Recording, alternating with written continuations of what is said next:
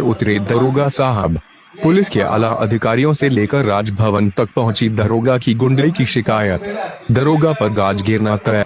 अवैध खनन की सूचना पुलिस को देना एक पत्रकार के लिए बहुत भारी पड़ गया।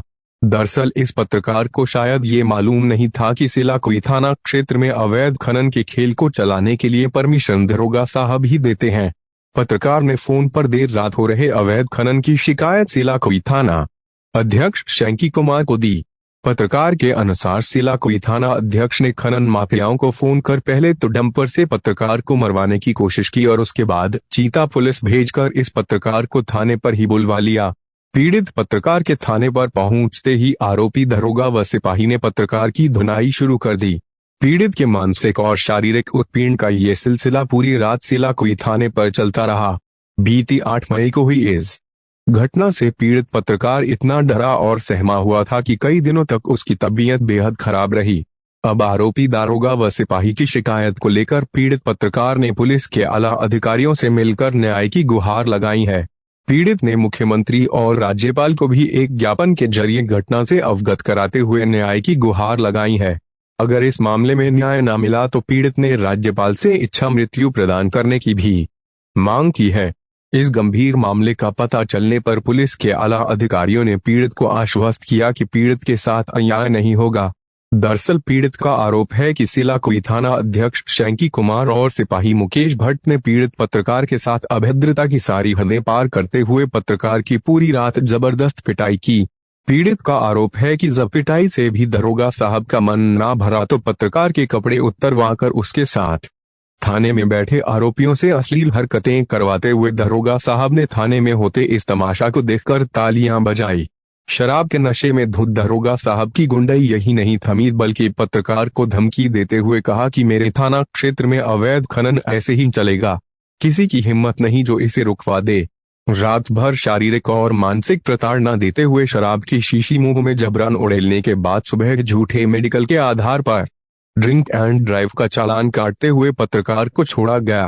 पीड़ित का आरोप है कि थाने से रिहा करते हुए दरोगा ने पीड़ित और उसके परिवार को जान से मारने की धमकी देते हुए कहा कि अगर इस घटना के बारे में किसी से जिक्र किया तो अंजाम बेहद बुरा होगा। दरअसल सिलाकुई थाना क्षेत्र में पुलिस की नाक के नीचे स्वारना और आसन नदी में रात होते ही जेसीबी मशीन के जरिए पूरी रात अवैध खनन का खेल जारी रहता है। पूरी रात होने वाले इस खनन के खेल में खनन माफिया खूब चांदी काटते हैं। खनन का ये पूरा खेल पुलिस की सहमति के बगैर नहीं चल सकता, जिसके चलते खनन माफिया अपने तरीके से पुलिस को खुश रखते हैं।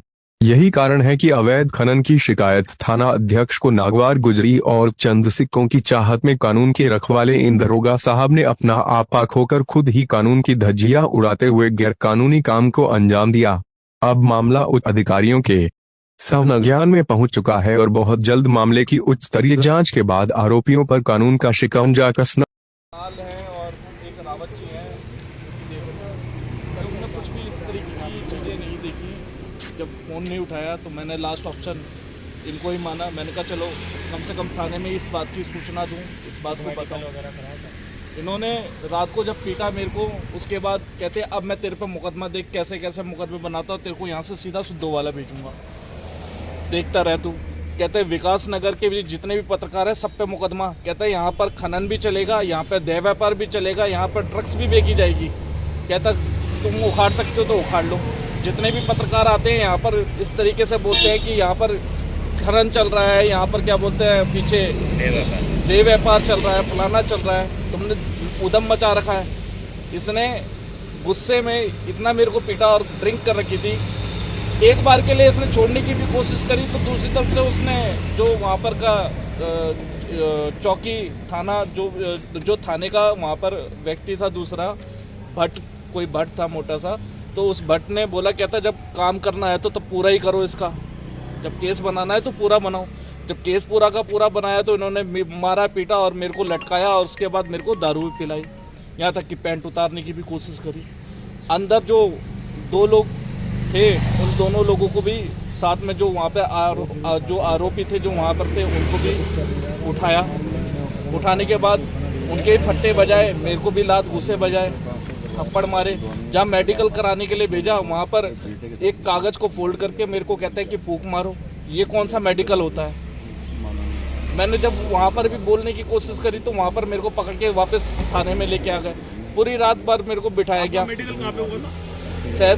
सहसपुर में जो सरकारी हॉस्पिटल है वहाँ पर रात को। डॉक्टर ने किस प्रकार चेक किया था?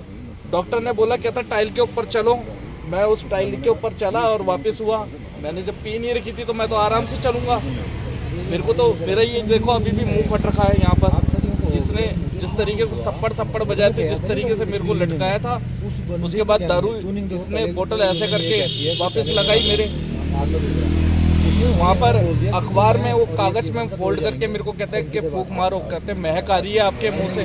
मैंने कहा सर महक तो मेरे को जबरन इन्होंने पकड़ के ऐसे करके मेरे बोतल लगाई है, तो महक नहीं आएगी तो उसमें से क्या आएगी? परफ्यूम की खुशबू थोड़ी आ सकती है। किसने लगाई थी बोतल? मुझे बहुत दुख हुआ सर। मैं पहले क्या नाम है उसका जिन्होंने बोतल लगाई थी आपकी? लैंग्वेज देख कर मैं जो मेन जो था वो शेंकी था, जो थाना इंचार्ज है। लेके आने वाले कोई थे मेरे को वहाँ तक, वहाँ से मेडिकल कराने के लिए लेके जाने वाले कोई और थे। जो अंदर के इनका स्टाफ है, पूरा स्टाफ, ऐसा नहीं है कि पूरा का पूरा थाना। शेंकी से बात जब हमारे उनने बात भी करी तो क्या बोलते हैं, कहते हैं कि अगर कोई गवाही, अगर कोई इस बारे में बोलते कि मैंने तुम्हारे साथ ऐसा करा है, मैंने तुम्हारे साथ वैसा किया। सर मेरे को ये जब सोच के, जब सामने मैंने जब उस चीज़ को देखा और देखने के बाद जब मैंने सोचा, मैंने कहा ये थाना इंचार्ज मुंह के सामने इस तरीके से झूठ बोल रहा है। चलो हम तो पत्रकार हैं, हमारे साथ ये इस तरीके से कर रहा है, पर जो आम जनता है उस आम जनता के साथ ये क्या दुर्व्यवहार करती है। उस रात से